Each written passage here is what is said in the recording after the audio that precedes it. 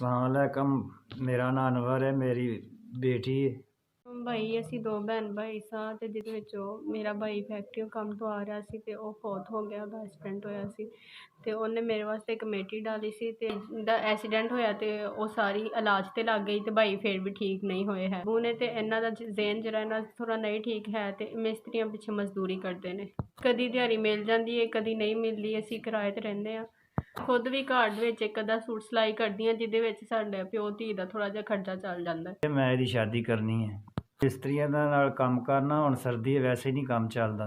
ਆ ਜਵਾਨ ਬੱਚਾ ਸੀ, ਉਹ ਫੌਤ ਹੋ ਗਿਆ। ਹੁੰਦਾ ਤੇ ਮੈਨੂੰ ਉਹਦਾ ਸਹਾਰਾ ਸੀ। ਹੁਣ ਮੈਂ ਬੱਚੀ ਦੀ ਸ਼ਾਦੀ ਕਰਨੀ ਹੈ, ਮੇਰੇ ਕੋਲ ਕੋਈ ਸ਼ੈ ਨਹੀਂ ਹੈ।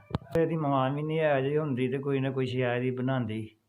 ਮੈਂ ਪੁੱਤਰ ਬੁੱਢਾ ਬੰਦਾ ਵਾਂ, ਮੈਂ ਠੀਕ ਨਹੀਂ ਰਹਿੰਦਾ। ਮੈਂ ਚਾਹੁੰਦਾ ਕਿ ਮੇਰਾ ਫਰਜ਼ ਅਦਾ ਹੋ ਜਾਏ।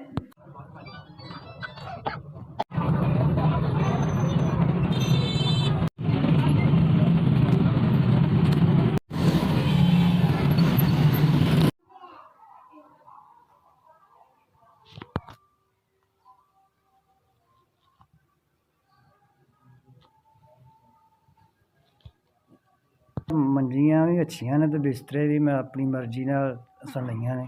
ਸੋਹਣਾ ਮਾਲ ਮਿਲਿਆ ਸਾਨੂੰ। ਮੰਜੀਆਂ ਵੀ ਸੋਹਣੀਆਂ ਮਿਲ ਗਈਆਂ ਨੇ, ਬਿਸਤਰੇ ਵੀ ਸੋਹਣੇ ਮਿਲ ਗਏ ਨੇ। ਮੇਰੀ ਧੀ ਨੂੰ ਮਹਿੰਗੀਆਂ ਲੈ ਕੇ ਦਿੱਤੀਆਂ ਤੁਸੀਂ। ਚੀਜ਼ਾਂ ਵੀ ਹਸਣ ਅਸਾਂ ਸੋਹਣੀਆਂ ਚੀਜ਼ਾਂ ਮਹਿੰਗੀਆਂ ਲਈਆਂ ਨੇ। अस्सलाम वालेकुम भाई, मैनू बहुत खुशी हुई है। मैनू तुसीं चीज़ां लै के दित्तियां, ये बहुत अच्छियां ने, बहुत माशाअल्लाह सोहनियां ने।